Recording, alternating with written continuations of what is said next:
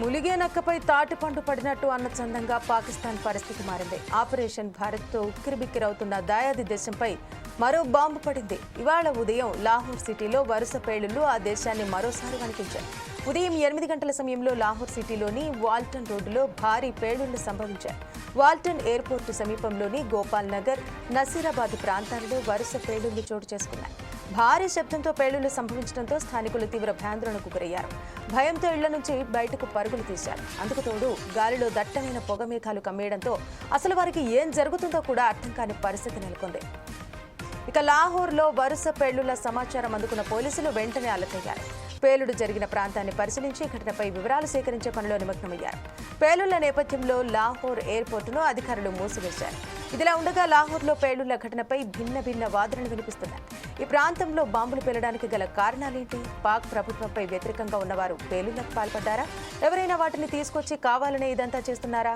ఇప్పటికే ఆపరేషన్ సింధూర్తో గజగజ వణుకుతున్న పాక్ ప్రజల్లో మరింత భయాందోళనలు కలుగుతున్నాయి.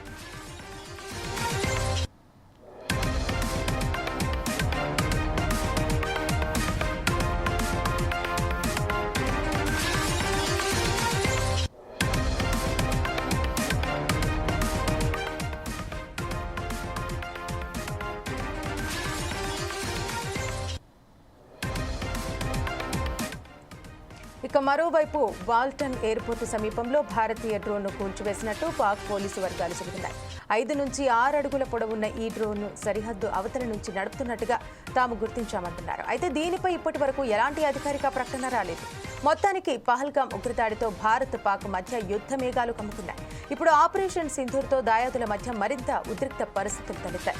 ఇలాంటి సమయంలో లాహోర్లో వరుస పేలుళ్ల ఘటన అక్కడి ప్రజలను తీవ్ర భయాందోళనకు గురిచేస్తోంది. ప్రస్తుత పరిస్థితుల్లో ఏం జరుగుతుందో తెలియక పాకిస్తాన్లోని ప్రజలు బిక్కుబిక్కుమంటూ కాలం వెళ్లదీస్తున్నారు. ఈ టెన్షన్ ఎన్నాళ్ళు అంటూ పలువురు ప్రభుత్వాన్ని ప్రశ్నిస్తున్నారు.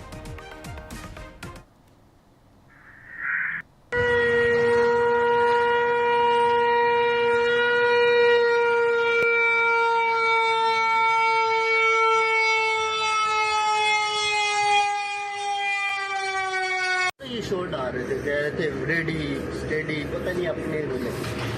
मैं उठ के बाहर आया हूँ, मैं तो वैसे भी वो मजाइल था।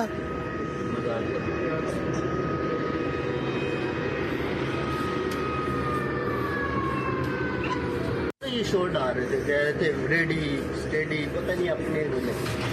मैं उठ के बाहर आया हूँ, मैं तो वैसे भी वो मजाइल था।